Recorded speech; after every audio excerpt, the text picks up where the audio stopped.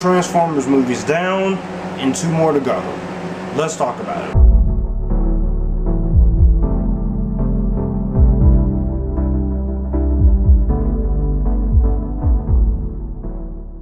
What's going on, everyone? If this is your first time here, my name is Joshua, Future Filmmaker Reviews. Welcome with Joshua. Welcome back to the channel.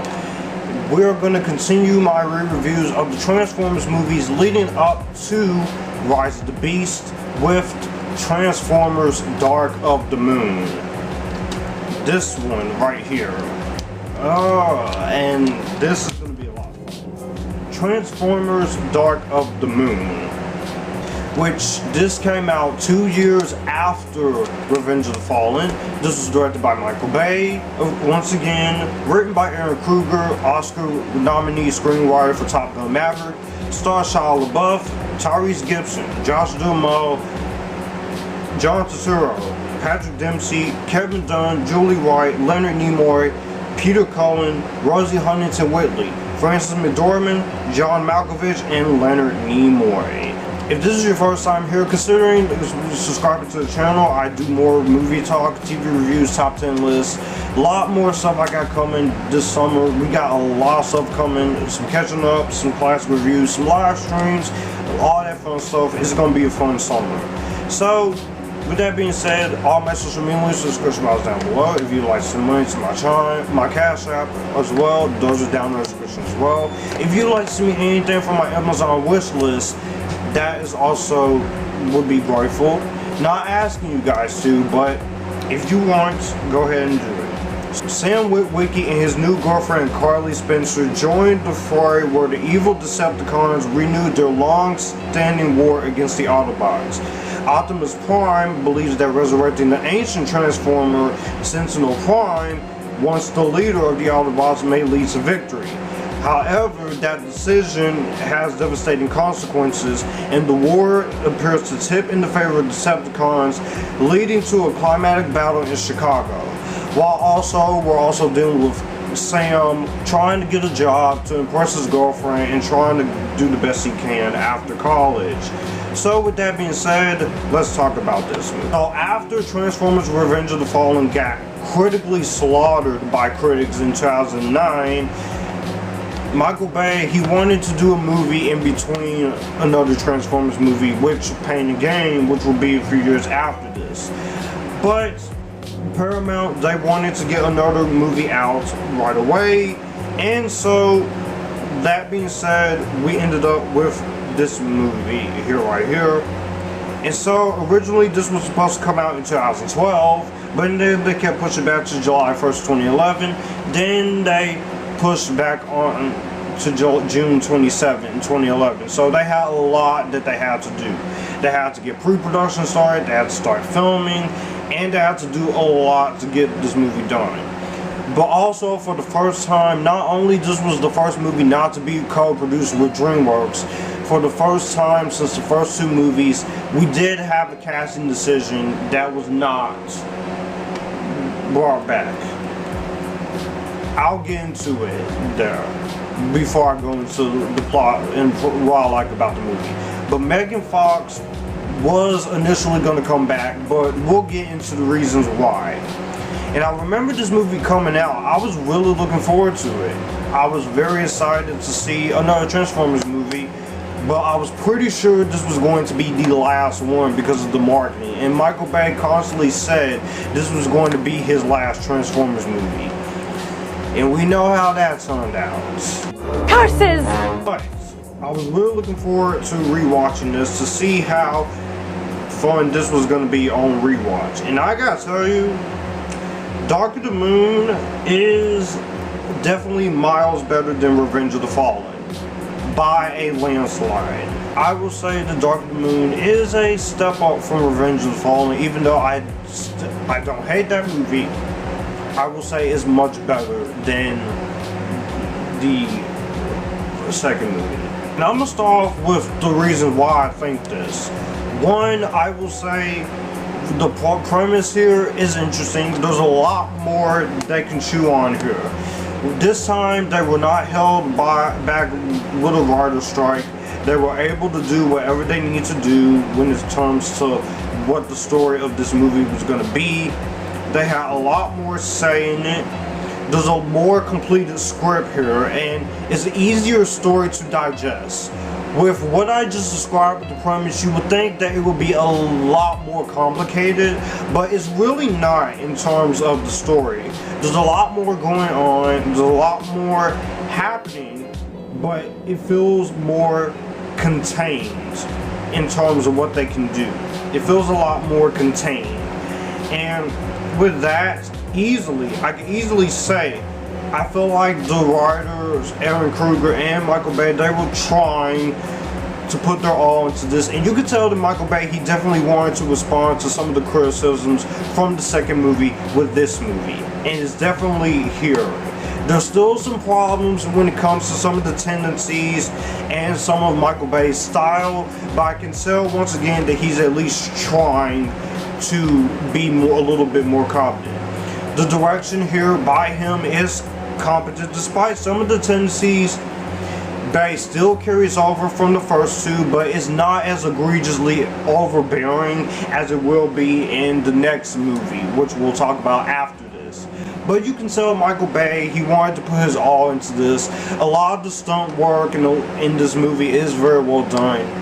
And you can tell that Bay, he wanted to at least go out with a bang, because as I said, if this was his last Transformers movie and someone else did Age of Extinction in the last night or something, the results I felt would have been flawed, but they still would have been the same. But beyond that, Michael Bay still tried to at least give some credit to it. Technical aspects here, such as the editing, mostly is still really good. Cinematography here by Emil Mercury is good. There's some good IMAX shots, some good framing shots here in the action sequences. Some of the action sequences in this movie are pretty intense. Wow. They are pretty intense in this movie. You have this one car chase when it comes to the Autobots and Decepticons, which is after Sentinel Prime is resurrected, which of course Sam still screams like a little girl, which makes me laugh. But the action here is much more cleaner, it's much more meaner, and for this initially supposed to be the final film in the trilogy, the action scenes are well done here. I feel like with Sentinel Prime, of course, spoilers, with him being a little bit more of a betrayal character, definitely feel like he can feel like it's actually more competent. And also, this also marks the movie where some of these big Autobot characters died. Like Ironhide died. When I first watched it, I was shocked. It's just not fair! To see that Ironheart was gonna die. I also think that a lot of the other stuff in this movie is still really good here.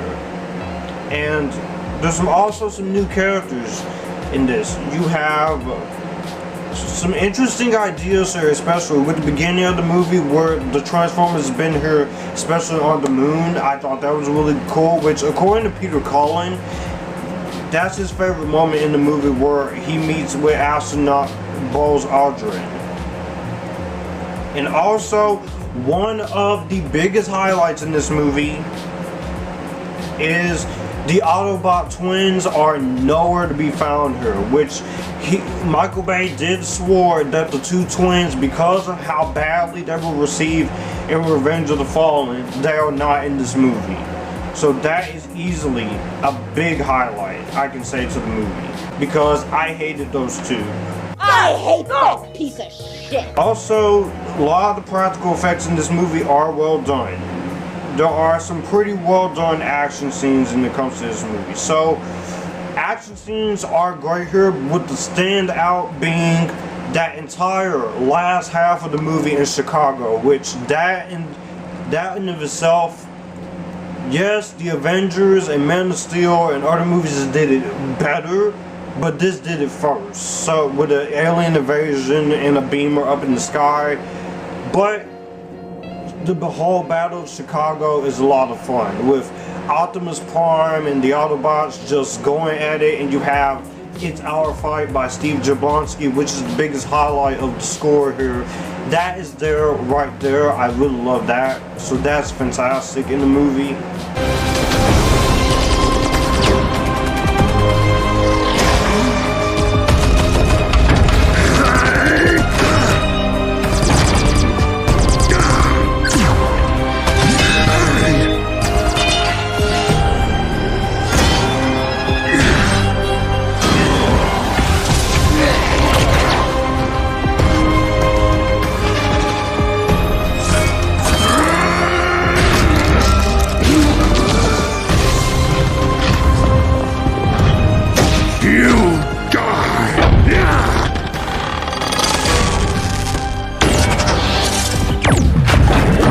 That entire Chicago final battle is great. I love that. The performances from the returning cast is still very good. Shia LaBeouf, he's in a different place this time around when it comes to Sam, and he's very good here for what he's having to do. He's having to deal with a lot with Sam, having to deal with a new girlfriend, having to deal with the Autobot situation, having to deal with real life war stuff. But he's very good here once again. Josh Duhamel and Tyrese Gibson, I think they both do a good job. Here is what they're given here. They get a lot more to do this time around. I also really like John Turturro here. He's not in the movie as much, but he does pretty good for what he's given as well. Yeah, the two parents, Kevin Dunn and Julie White, they're less annoying here than they were in Revenge of the Fallen. Mainly the mother. They still have some annoying tendencies, but they're still very fun to watch here, despite some very stilted writing in this movie. Some of the new cast is a bit of a hit and miss though. Like John Malkovich, he's cool. He's one of the few highlights here. There are a few in this movie that are not so cool. Voice acting here is still great, of course, with some of the same voice actors from the first movie, Jess Harnell and such. But with Peter Cullen and Hugo Weaving still being the highlights as Optimus and Megatron. And this is the best they've been, especially Optimus Prime and his little scene when you think the Autobots are going to leave, which I will admit, I was like, oh no. But they didn't leave. And Megatron being at his most evil. When you get to that whole part in Chicago, it is horrifying. You see that with the Autobots no longer being there, the Autobots are gone. They basically, the Decepticons just come in and just fuck shit up. They're destroying things, they're killing people, buildings are getting destroyed, people are dying. That is the most intense aspect of this. And this movie gets really fucking dark. That's all part of the plan. Oh, this movie is not afraid to have some stakes here. With this supposed to be the ending of the trilogy, there are some great stakes here, especially in the Chicago stuff and Autobots dying. The visual effects and the practical effects here are well done here as well. And one thing I still have to compliment Michael Bay on: a lot of great location work, a lot of great practical work and stunt work, and so they take full advantage of what they're setting out to do. So beyond that, it's awesome. Also, I forgot to mention the positives. The soundtrack once again is great. Linkin Park, Paramore, Monster, you got Taking Back Sunday, you got Stain here. The soundtrack is always great in these movies. You got the song by Linkin Park, which I do think is the weakest of the three Linkin Park songs, but it's still a great song in here. But it's a very good song here. Iridescent. But the soundtrack is once again great. Now, let's get into the new love interest.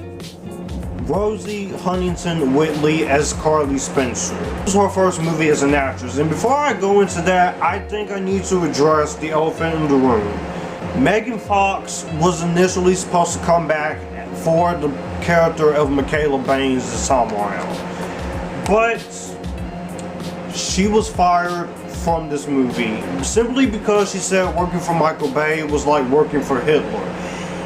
And that was a pretty shady thing for her to say. When it comes to her being fired, it's kind of a wasted potential there. Now, they do explain how it is, which I'll get to in the negatives, but Steven Spielberg was the one who said they need to fire her, and Spielberg has denied this, and Megan definitely came out and said that it was her decision to leave because of the work ethic. So in that way, it is a big bummer because before filming began, Blake Lively was offered the role for Carly, but she turned it down because of Gossip Girl. But here are some more that was going to be in here. Yeah, Ashley Greene, Katie Cassidy, Lucy Hale, yes, that Lucy Hale, Julianne Hough, Anna Kendrick, which that could have been interesting, Camila Bell, Barbara Fowley, models Heidi Montag, Brooklyn Decker, abuser Amber Heard, which that would have been awful, and Australian beautiful model, the lovely Miranda Kerr. There are 4 more choices for Carly Spencer that I accidentally left out, so here we go. Gemma Arterton. You also have Anne Hathaway, Academy Award winner Anne Hathaway, which another one would have been curious about. Also, Academy Award nominee Scarlett Johansson, Academy Award nominee herself, the girl with the dragon tattoo, Rooney Mara, and the last choice out of all of them is the lovely and underrated Emmy Rossum. All of those would have been interesting as Carly. That would have been interesting, but oh well, especially with Lucy Hale or Miranda Kerr or even Katie Cassidy, but they settled on Rosie Huntington-Whiteley. The character was supposed to be involved with Patrick Dempsey, which I'll get to him because I got some shit to say about him. But she was fired from this movie because of that. So, in that of itself, it does play into the big part when it comes to this movie. But for the first movie as an actress, Rosie Huntington-Whiteley, I think she does fine. She has her moments where she is trying, but you can clearly tell that she is filling in for Megan Fox. Choose your words next time, Megan Fox. But Rosie does the best that she can, and she is very attractive. She is a Victoria's Secret model, so there's that. But ultimately, she does the best she can. She did get better in Mad Max Fury Road. Say what? Yes, definitely. Absolutely. And now going into the negatives of this movie, because this movie has some issues there. We still need to talk about some of the flaws this movie has. Tonal inconsistencies at times is very weird. It doesn't, 1 minute it wants to be very serious, 1 minute it wants to be very light, and I feel like the balance there is kind of not there when it comes to it. Michael Bay, once again, he tries, but I just feel like there needed to be more of a push when it comes to this. Definitely does falter into a lot of this movie's issues when it comes to the script, which the script, of course, the characters and script is definitely not the strongest. It never has been with these first two. You could have just did a lot more of what you could in this, and so it definitely felt like it could have been much easier to digest if the characters were just as strong, if the story beats were just as strong. I will say the dialogue here is still at times very stilted and very clunky at times. The dialogue in this movie is still very cliched and clunky, and like I said, it's better written than the last movie in terms of a plot, but in terms of dialogue, yeah. Bay's classic juvenile humor and the hypersexualization of girls is still very much present when it comes to this movie. It's still, you could tell that it was definitely getting into the way of it was trying to go. It doesn't really work here. There are some new cast members here that are very hit and miss. For instance, McDormand, which she is good in the movie for what she has, but she doesn't really serve much of a purpose here. Only just there to be there, because of Frances McDormand. And I love Frances McDormand as an actress, but she could have had more to do.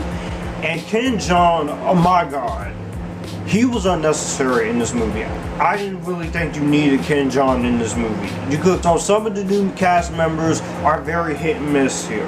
On time of this movie is excessive. 2 hours and 34 minutes, bang. You could have easily trimmed some of this movie down by at least heavily 30 to 40 minutes. Now, some stuff with Sam Witwicky trying to find a job, you can keep that. The girlfriend, you keep that. Some of the unnecessary stuff is where this movie definitely struggles at, and you definitely could have easily taken that out of this entire movie and it would have worked just fine. Just fine when it comes to the movie. The biggest elephant in the room. Patrick Dempsey is doing gold. Now, when it started out, when I first saw this, I was like, okay, Patrick Dempsey's cool. He's gonna be a good guy in this movie. But when you get to the twist that he's working with Megatron and them just to get back at Sam and Carly because he doesn't want a job, and he actually plays a hand in kidnapping Carly. Oh my god, even when I first saw this, I was like, no. This does not fit in this movie. It is embarrassing. It was literally the first thing I did. Ew. Twist of him being a villain doesn't come together fully. Same thing with Sentinel Prime. Like, I think it's a really good idea to have him be a villain, but the way it's executed needed a bit more motivation there. Now, Sentinel Prime is great in the movie, but I just feel like they kind of fumbled it a little bit there. So that ultimately is the biggest issue of this entire movie. Okay, this is post Joshua in the editing process here for Dark of the Moon. Another thing I forgot to mention is that I really think the final fight between Optimus Prime, Sentinel Prime, and Megatron is completely unsatisfying. Now, originally there was going to be a version of this fight to where Optimus Prime and Megatron were going to tag team and they were going to take out Sentinel Prime. Therefore, after this, they would call a truce where the Optimus and the Autobots will stay on Earth and the Decepticons will do their best to re-attempt Cybertron. And I honestly think they should have gone with that rather than just having Optimus wipe out Megatron's slate clean without his help to kill Sentinel Prime. I think that would have made for a much better final fight, and I think it would work much better in the long run. That's all I have to say in the post-editing process. Now let's get back to the actual review with me on camera. But ultimately, Dark of the Moon is a big improvement over Revenge of the Fallen, and it serves as a good ending to the Witwicky side of this franchise. It has some good action, there's some good character moments, there's some good performances, and I did enjoy the stakes that Michael Bay was going for. I just felt like if the script and characters and some of the stuff in this movie were just as stronger, I think this could have really been the best sequel of the Transformers movies. But if only Michael Bay just ended his run here, but Paramount just had to let him not go and keep him handcuffed until the Bumblebee movie. But if those events didn't happen, we would have never gotten a restart with Bumblebee or Rise of the Beast. So if you are a fan of Michael Bay or a fan of the Transformers movies, you clearly have made up your mind about this. But if you're someone who actually kind of enjoys these movies as guilty pleasures, definitely give this a watch. But if you're not a fan of these Michael Bay Transformers movies, just steer clear and just go on something else. I will give this a highly recommended. And now that leaves us with one more to talk about. And I have rewatched it. Well, that's gonna do it for the video that you just watched. I will have my channel here, so you would like to see anything here, click the channel icon, subscribe for more. I will also leave a video and maybe a playlist here, so in case you want to see what I'm about. As always, stay Epictasticness, join the Epictasticness, and you guys keep it cool.